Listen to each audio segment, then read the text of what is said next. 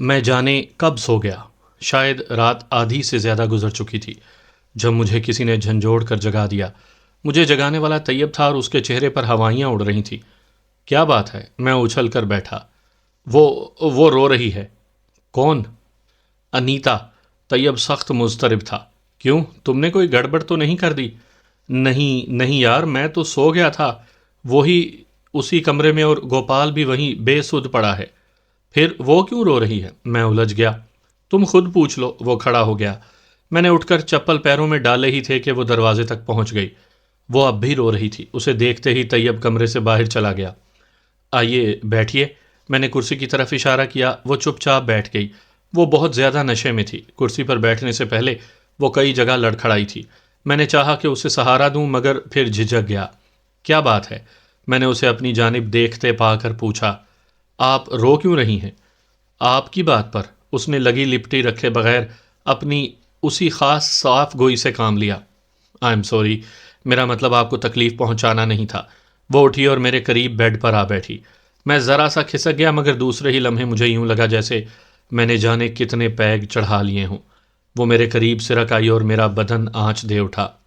وہی کیفیت طاری ہوتی چلی گئی جو میرٹھ میں چھت پر جا کر ہوئی تھی۔ میرے حواس ختم ہوتے چلے گئے اور میں جو طیب کو تنبیہ کر کے آیا تھا خود بہک گیا۔ کہکشاں جیسے کمرے میں اتر آئی تھی۔ رنگ و بو کا طوفان آیا تھا۔ کیف و سرور تھا اور جیسے میں اکیلا تھا۔ ہوش آیا تو وہ بستر پر بکھری پڑی تھی۔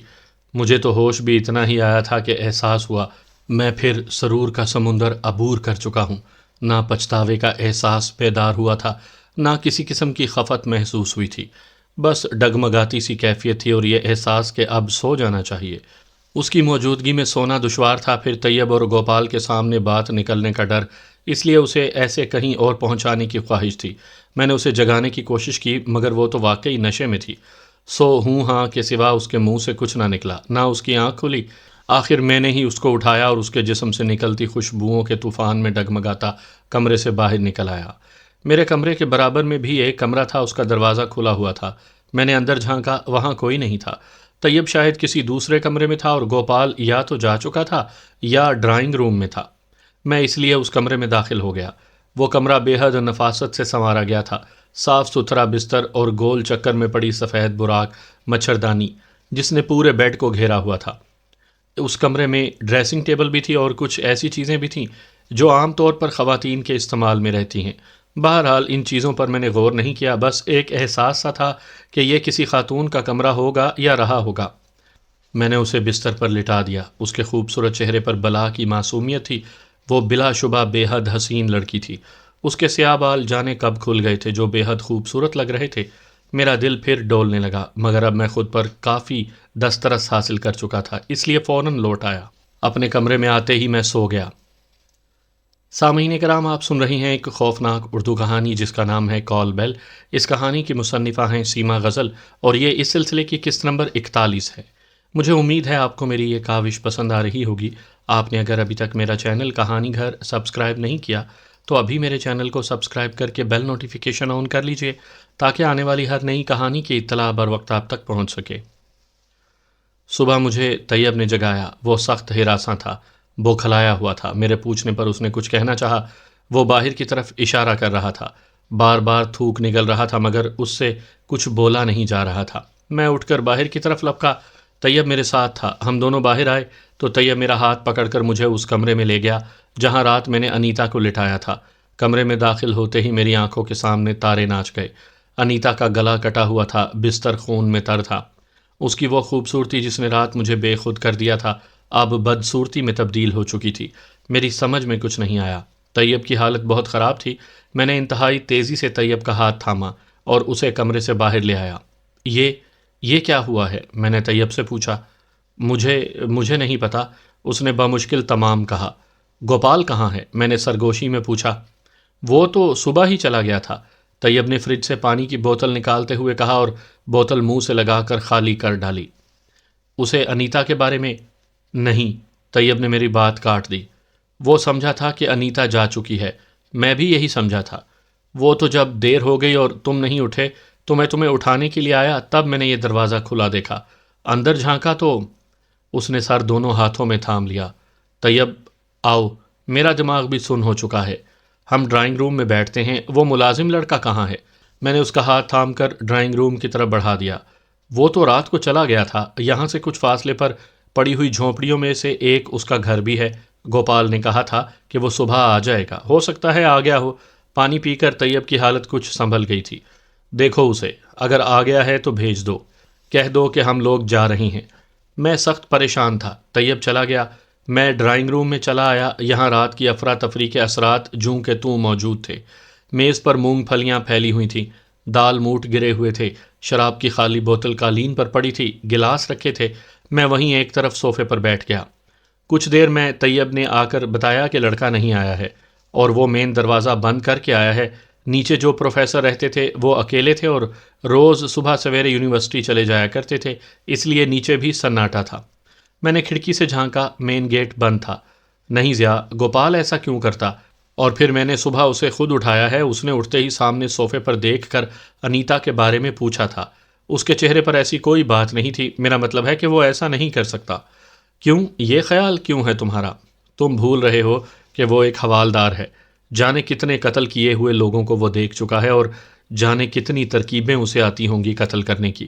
یہ بھی اس کے لیے ایک ایسی خوفناک بات نہیں تھی کہ وہ قتل کر کے خوفزدہ اور آپے سے باہر ہو جاتا۔ مگر ایسا نہیں ہو سکتا، انیتا اس کی پرانی دوست تھی، وہ اسے اس لحاظ سے پسند کرتا تھا کہ وہ نہ صرف خوددار ہے، سچ بولتی ہے اور…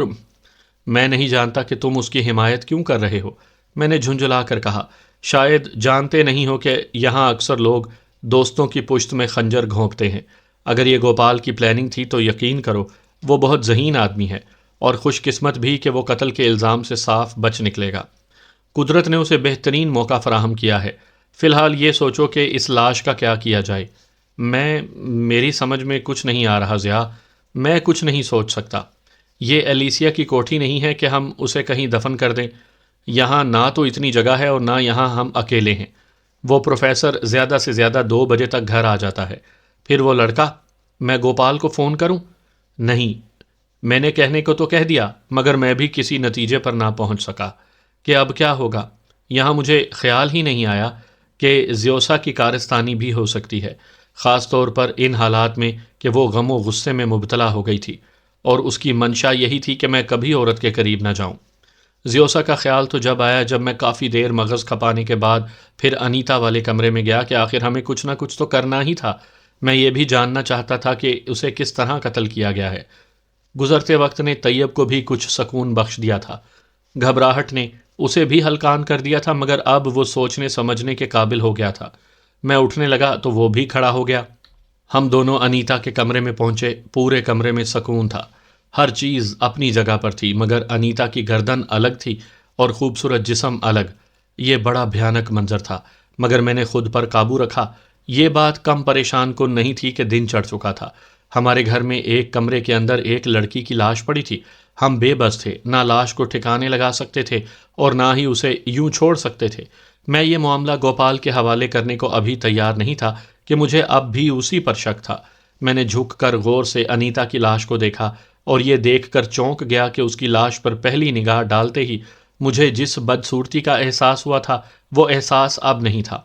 اس کے چہرے کی سرخی تک ویسی ہی تھی، جبکہ بستر پر اس کی گردن کے قریب خون کا دریا سا بن گیا تھا۔ وہ اب بھی جیتی جاگتی حسین صورت کی لڑکی تھی۔ طیب، میں نے دور کھڑے طیب کو پکارا، ادھر آؤ، دیکھو تمہیں کچھ محسوس نہیں ہو رہا؟ طیب جھجکتا ہوا آگے بڑھا اور پھر میں نے اس کے چہرے پر بھی تعجب محسوس کیا۔ ہاں، یہ اس وقت… پھر طیب نے مجھے چونک کر دیکھا، مختلف لگ رہی تھی۔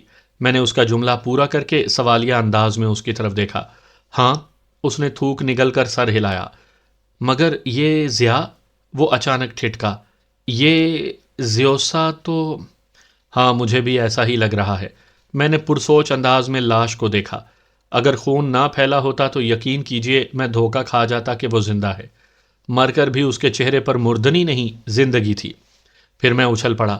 طیب کے منہ سے عجیب سی آواز نکلی تھی۔ میں نے چونک کر اسے دیکھا، وہ سر اٹھا کے چھت کو تک رہا تھا۔ میں بے اختیار اسی جانب دیکھنے لگا۔ پوری چھت پر مکڑی کا جالا بنا تھا۔ ایک سیاہ اور بہت بڑی مکڑی اس جالوں کے بیچوں بیچ بیٹھی تھی اور یوں لگ رہا تھا جیسے وہ ہمیں ہی دیکھ رہی ہو۔ اس صاف ستھرے کمرے کی چھت پر یہ جالا اتنا بھیانک لگ رہا تھا کہ طیب اچھل کر باہر بھاگ گیا۔ زیوسا، کیا یہ تم ہو؟ میں نے دانت کچکچا کر یوں کہا جیسے وہ مکڑی ابھی بول پڑے گی، مگر کمرے میں چھایا سناٹا گہرا ہو گیا۔ پھر مجھے یوں لگا جیسے اس سناٹے میں کسی کے سانس لینے کی آواز دھیرے دھیرے ابھر رہی ہو۔ میں بے اختیار پلٹا۔ یہ آواز انیتا کی لاش کی جانب سے آتی محسوس ہو رہی تھی، مگر میرا اندازہ غلط نکلا۔ اب مجھے وہاں رکنا محال لگ رہا تھا۔ میں کمرے سے باہر آ گیا۔ اس دروازے کے لاک میں چابی لٹکی ہوئی تھی۔ میں نے دروازے کو لاک کیا، چابی نکال کر اپنی جیب میں ڈالی اور ادھر ادھر دیکھا۔ طیب نظر نہیں آیا۔ میں نے آواز دی، وہ ڈرائنگ روم میں تھا۔ میں وہیں چلا آیا۔ مجھے یقین ہو گیا تھا کہ یہ سارا جال زیوسا کا پھیلایا ہوا ہے۔ طیب، چلو، میرا خیال ہے کہ تمہارے اس آقابا گیا کے پاس جانا ہی پڑے گا۔ میری بات سن کر طیب نے چونک کر گھڑی دیکھی اور بولا، ہاں ضیا، یہ معاملہ یوں ہاتھ پر ہاتھ دھرے رہنے سے حل نہیں ہوگا، وہ کچھ نہ کچھ ضرور کر دیں گے۔ میں سلیپنگ سوٹ میں تھا جبکہ طیب کپڑے تبدیل کر چکا تھا۔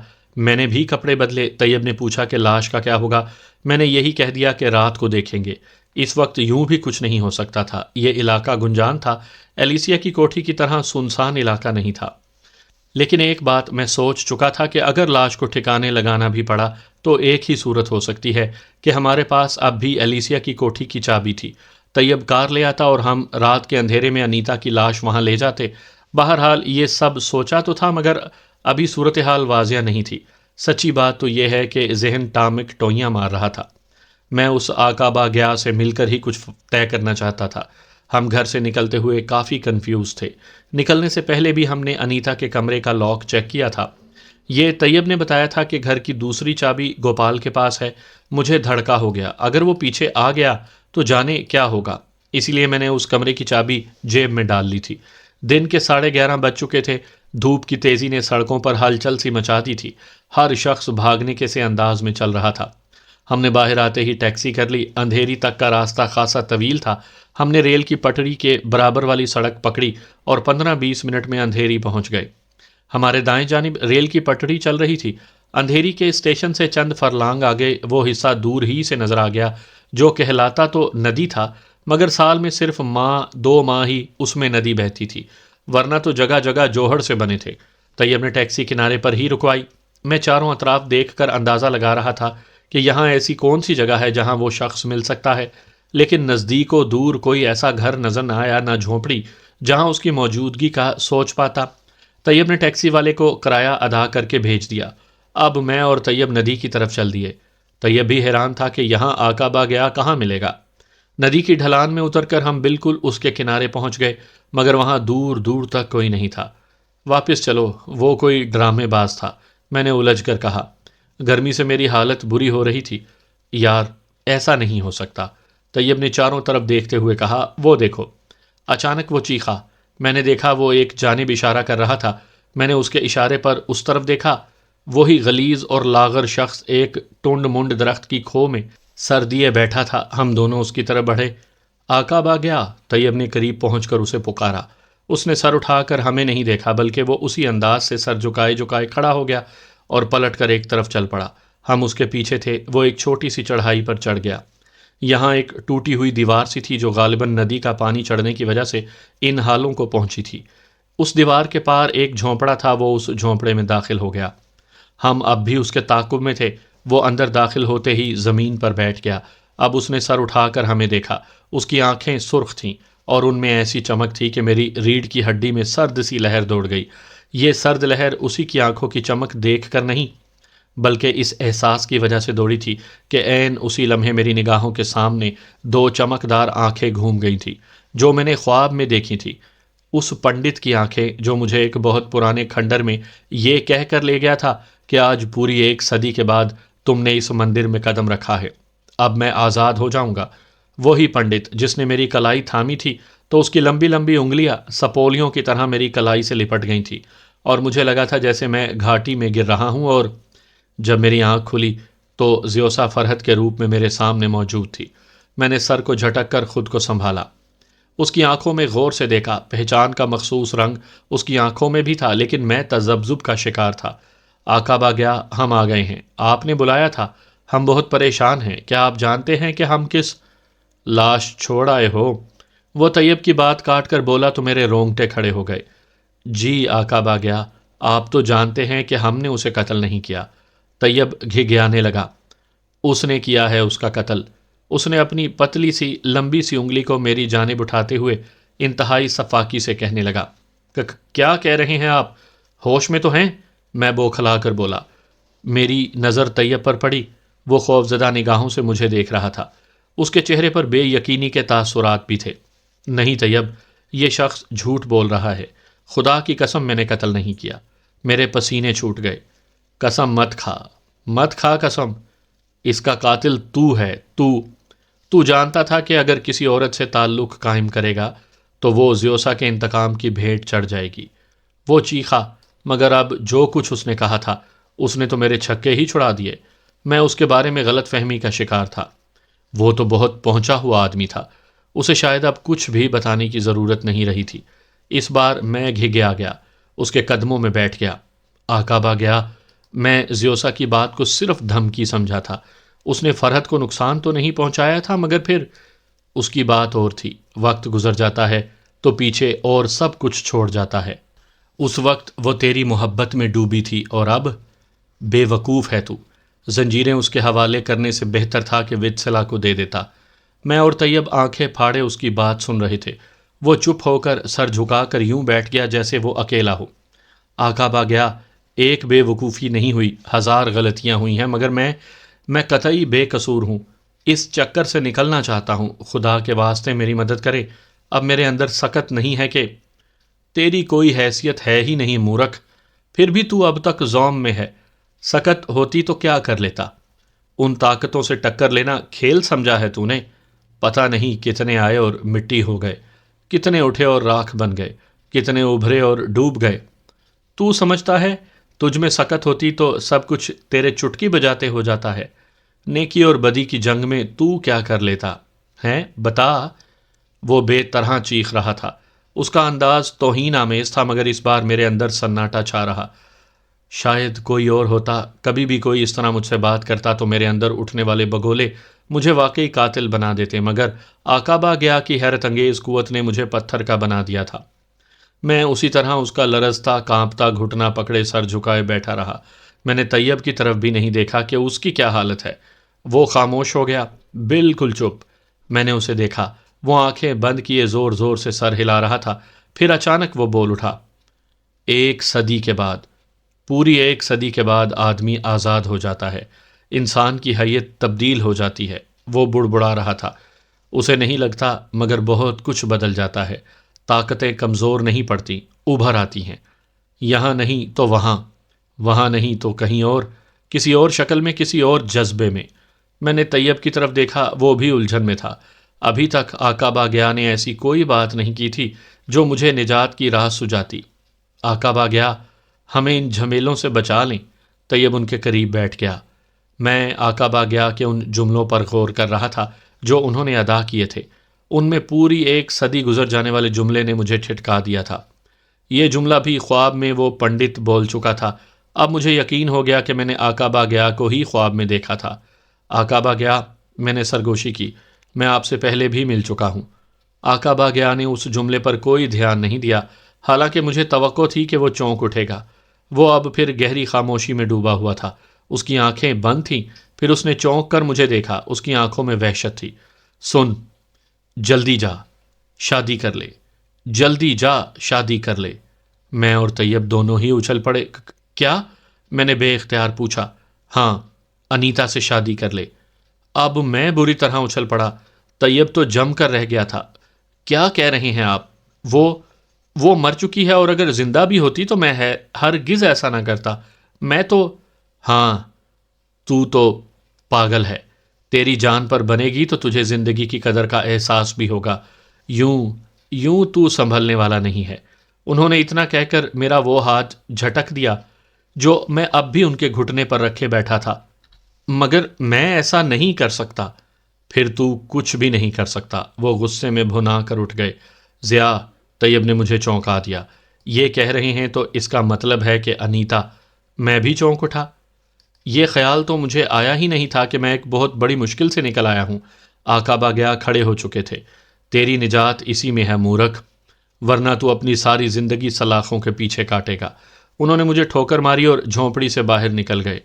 میں اور طیب جو ایک لمحے کو یہ سن کر ساکت رہ گئے تھے، اچانک باہر لپکے، مگر باہر پھیلی دھوپ میں سناٹا تھا، دور دور تک کوئی بھی نہیں تھا۔ جانے وہ آقا با گیا کہاں چلا گیا تھا؟ ہم دونوں نے اسے ہر جگہ تلاش کیا، ندی کے کنارے، درختوں کے نیچے، اوپر سڑک پر، مگر وہ کہیں بھی نہیں تھا۔ ضیاء، ہمیں گھر جانا چاہیے۔ میرا خیال ہے کہ تم ان کی ہدایت پر عمل کرو، ورنہ جانے کیا ہو جائے گا۔ میں پریشان تھا، مگر انیتا سے شادی، یہ کیسے ممکن ہے؟ پلیز ضیاء، کیا اب بھی تمہیں آقا با گیا پر شک ہے؟ پہلے گھر چلو، پھر سوچیں گے۔ میری سمجھ میں کچھ نہیں آ رہا تھا۔ ہم نے ٹیکسی پکڑی اور سیدھے گھر پہنچ گئے۔ نچلے حصے میں رہائش پذیر پروفیسر بھی شاید ابھی ابھی آئے تھے۔ وہ گیٹ پر ہی تھے کہ ہم پہنچ گئے۔ طیب نے میرا ان سے تعارف کروایا۔ وہ رسمی سی گفتگو کر کے اور دوبارہ ملاقات کی خواہش کا اظہار کر کے چلے گئے۔ مجھے اور طیب کو یوں بھی اوپر جانے کی جلدی تھی۔ ہم اوپر پہنچے، گوپال غالباً ابھی نہیں آیا تھا۔ میں سیدھا اس کمرے کی طرف لپکا جہاں ہم انیتا کی لاش کو چھوڑ کر گئے تھے۔ میں نے جیب سے چابی نکال کر اسے لاک میں گھمانا چاہا، مگر میں نے محسوس کیا کہ دروازہ لاک نہیں ہے۔ میرے ہلکا سا دباؤ ڈالنے پر دروازہ بے آواز کھل گیا۔ دروازہ کھلتے ہی میں حیرت زدہ رہ گیا۔ وہاں انیتا اکیلی نہیں تھی۔ آقا با گیا اس کے قریب بیٹھا تھا۔ انیتا بے سدھ لیٹی تھی۔ دوسرا جھٹکا مجھے اس وقت لگا جب میں نے دیکھا کہ اس کی گردن ثابت ہے، خون کا کہیں ایک قطرہ بھی دکھائی نہیں دیا، بلکہ یوں لگا جیسے انیتا بے خبر سو رہی ہے۔ یہ سب دیکھ کر میری جان میں جان آئی۔ آقا با گیا ہماری آمد سے بے خبر انیتا کے قریب آلتی پالتی مارے بیٹھا تھا۔ اس کی آنکھیں بند تھیں، چہرہ تمتما رہا تھا، دونوں ہاتھ انیتا کے چہرے پر پھسل رہے تھے جیسے کچھ ٹٹول رہے ہوں۔ میں اسی جگہ ساکت کھڑا تھا جب طیب نے دھیرے سے میری کمر کو چھوا۔ میں نے پلٹ کر دیکھا، وہ چھت کی طرف اشارہ کر رہا تھا۔ میں نے چونک کر چھت پر دیکھا، وہاں نہ وہ کری مکڑی تھی نہ اس کا جالا، سب کچھ ٹھیک تھا، جیسے جو کچھ ہم نے اب سے پہلے دیکھا وہ کوئی بھیانک خواب تھا۔ اچانک آقا با گیا نے آنکھیں کھول دی۔ سرخ انگارہ سی آنکھوں میں عجیب پر اسرار سی چمک تھی۔ اس کی نگاہیں میرے چہرے پر جمی ہوئی تھی۔ ادھر آ، اس نے کرخت آواز میں مجھے مخاطب کیا۔ میں قریب چلا گیا۔ میں نے محسوس کیا کہ اس کے بدن سے ہلکی سی آنچ آ رہی تھی، جیسے میں دہکتے کوئلوں کے قریب آ گیا ہوں۔ اس سے شادی کرنا تیری مجبوری ہے، ورنہ تو عذابوں میں ایسا پھنسے گا کہ نکلنے کو راستہ نہیں مل سکے گا۔ موت نہیں آئے گی، اذیت آتی رہے گی۔ موت تو اس لمبے سفر کی منزل ہے، ایک اور سرائے ہے، ایک اور لمبا سفر، پھر وہاں سے بھی آگے جانا ہے۔ سب کو موت آ جائے گی، تو کس بات سے گھبراتا ہے؟ کیا فرحت ہمیشہ زندہ رہے گی؟ کیا تیرے رشتہ دار حیات کے آخر کنارے تک جیتے رہیں گے؟ نہیں، حیات تو اربوں سال سے سفر میں ہے، اسے زوال نہیں آتا۔ ہر مادی شے کو زوال آ جاتا ہے۔ حیات ایک سایہ دار درخت ہے جو اس کی چھاؤں میں سستا کر آگے بڑھ جاتا ہے، اس کی جگہ دوسرا لے لیتا ہے۔ زندگی کا فلسفہ بہت آسان ہے اور موت کا بھی۔ اصرار ہر جگہ ہے، طاقت سب میں ہے، بشرط یہ کہ آدمی جان لے۔ جو جان لیتا ہے وہ فلاح پاتا ہے، بے ترتیبی کو درست کر لیتا ہے، مگر حیات پر حاوی نہیں ہو سکتا۔ یہ نظام ہے، اس سے آگے پیچھے کچھ نہیں ہے، سمجھا تو؟ اس کی آواز نہ صرف یہ کہ نرم تھی بلکہ انداز میں شفقت تھی۔ وہ سمجھانے والے انداز میں بول رہا تھا۔ سچی بات تو یہ ہے کہ اس نے حیات و موت کا جو فلسفہ مجھے سمجھایا تھا وہ بہتے چشمے کی طرح میرے دل و دماغ میں اترتا چلا گیا۔ یہی سب کچھ تو میرے مذہب نے بھی ہمیں سمجھایا تھا، مگر لوگوں نے اسے کتنا پیچیدہ بنا ڈالا تھا۔ گناہ ثواب کی ایسی تفریق کی تھی کہ سمجھ میں ہی نہیں آتا تھا کہ خدا اصل میں کیا بتا رہا ہے۔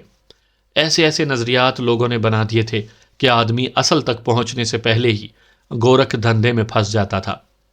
اگر اسے یقین ہو جائے کہ اسے یہاں ہمیشہ نہیں رہنا، ہر مادی شے کو زوال ہے، ارتقاء کی منزلیں بہت آگے ہیں، دنیا پر حاوی ہونا، حیات پر قادر ہونا اس کے بس کی بات نہیں، تو شاید ہر شخص موت کا انتظار کرتا، اور اچھے برے کی تمیز اب ایسی بھی مشکل نہیں تھی کہ وہ ثواب کے بکھیڑوں میں پڑھ کر اصل بات فراموش کر دیتا۔ وہی اچھا ہوتا ہے جو اس کے اپنے اور ہر دوسرے کے لیے اچھا ہو، بس یہی ثواب ہے، اور ہر وہ جو اس کے اپنے اور دوسروں کے لیے برا ہو وہ گناہ۔ اس کی باتیں مجھ پر رکت طاری کر رہی تھیں۔ یہ زندہ ہے آقا با گیا؟ طیب نے مجھے سوچوں کے بھنور سے نکال لیا۔ زندہ ہے، مگر وہ زندگی کس کام کی جو جذبوں، رشتوں اور احساسات سے آری ہو؟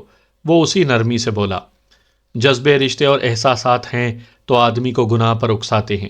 میں سرگوشی کے سے انداز میں بولا، ہاں، مگر سطحی سوچ کے آدمیوں کو۔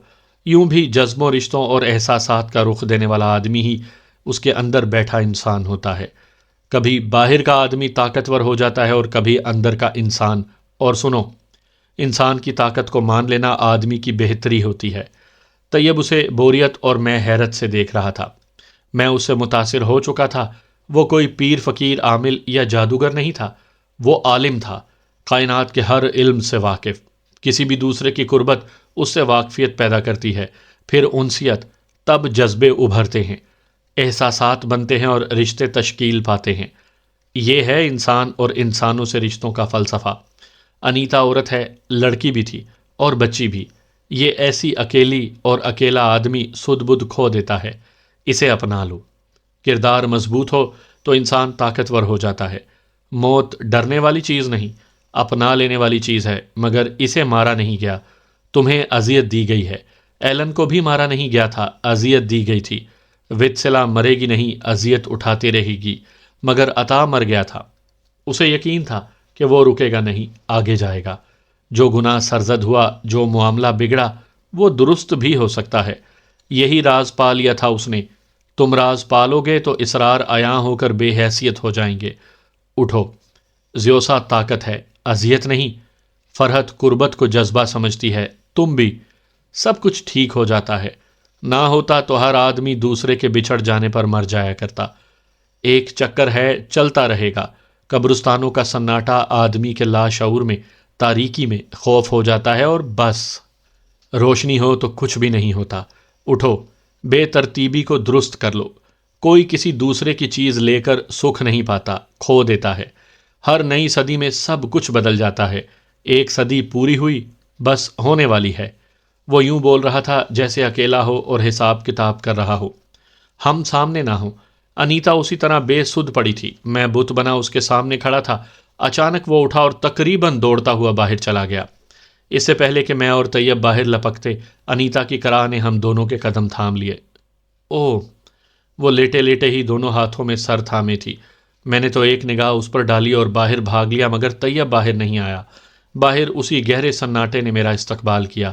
وہاں دور دور تک کچھ نہیں تھا۔ میرا باہر جا کر دیکھنا بیکار تھا۔ میں جانتا تھا کہ اب آقا با گیا ہاتھ نہیں آئے گا۔ میں لوٹ آیا۔ طیب انیتا کو سنبھالے بیٹھا تھا۔ مجھے دیکھ کر طیب ذرا بوکھلا گیا۔ یہ انہیں چکر آ رہے ہیں۔ طیب کچھ پیچھے سے رکھ گیا۔ کیسی ہیں آپ؟ میں نے جھک کر پوچھا۔ اس نے چونک کر میری طرف دیکھا۔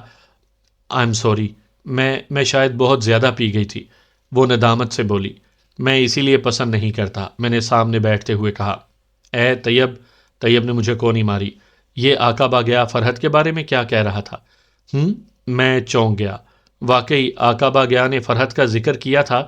گو اس کی باتیں ایسی واضح نہیں تھی کہ طیب سمجھ سکتا، مگر بہرحال اس نے جو جملہ کہا تھا اس پر اگر طیب ذرا سا بھی غور کر لیتا تو سب کچھ جان جاتا۔ کچھ پوچھا ہے میں نے تم سے؟ طیب نے مجھے چونکا دیا۔ ہاں، پتہ نہیں، میں نہیں جانتا کہ وہ کیا کہہ رہا تھا، اور ہاں، میں ذرا بوکھلا گیا تھا۔ یہ سب باتیں اسے بتائی کس نے؟ میں نے تم سے کہا تھا نا کہ وہ عامل ہے، بہت بڑا عامل۔ ہو سکتا ہے اس کے پاس سامری جادوگر والا شیشے کا گولا ہو، وہ سب دیکھ لیتا ہو۔ طیب توقع کے عین مطابق بہک گیا تھا۔ پلیز آپ لوگ کچھ عجیب سی باتیں نہیں کر رہے؟ یا میرا نشہ نہیں ٹوٹا؟ یہ انیتا تھی۔ نشہ نہیں ٹوٹا تو بھی بڑی غنیمت ہے محترمہ، ورنہ آپ کی تو گردن۔ طیب، میں نے اس کی بات کاٹ دی۔ کچھ کھانے پینے کا بندوبست کرو، میں سخت بھوکا ہوں اور یہ بھی یقیناً بھوکی ہوں گی۔ یہ بھی؟ طیب نے دانت نکال دیے۔ چپ رہو، میں جھینپ گیا۔ ٹھیک ہے، ابھی تو میں کھانے پینے ہی کا نہیں، پوری تقریب کا بندوبست کرنے کو تیار ہوں، مگر ضیاء، تم اپنا وعدہ نہیں بھولنا۔ وہ کھڑا ہو گیا۔ کیسا وعدہ؟ وہی فرحت والا۔ میں بھول گیا یار، آقا با گیا سے شبھ گھڑی تو نکلوا لیتا۔ میرا دل بیٹھنے لگا۔ فرحت سے دستبردار ہونا، انیتا سے شادی کرنا، فرحت کو طیب سے منسوب کرنا، مجھے اپنے بس میں نہیں لگ رہا تھا۔ آقا با گیا نے قطعی نہیں بتایا تھا کہ ایسا کیسے اور کیوں کروں۔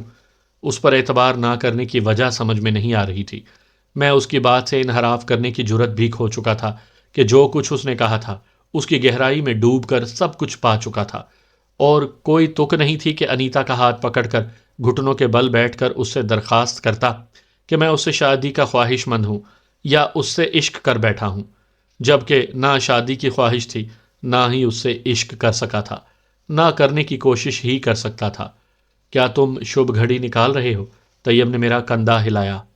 میں نے تم سے کھانے پینے کے بندوبست کرنے کو کہا تھا۔ میں جھنجھلا گیا، اور میں وعدہ یاد دلا رہا تھا، وہ کمرے سے باہر نکلتے ہوئے بولا۔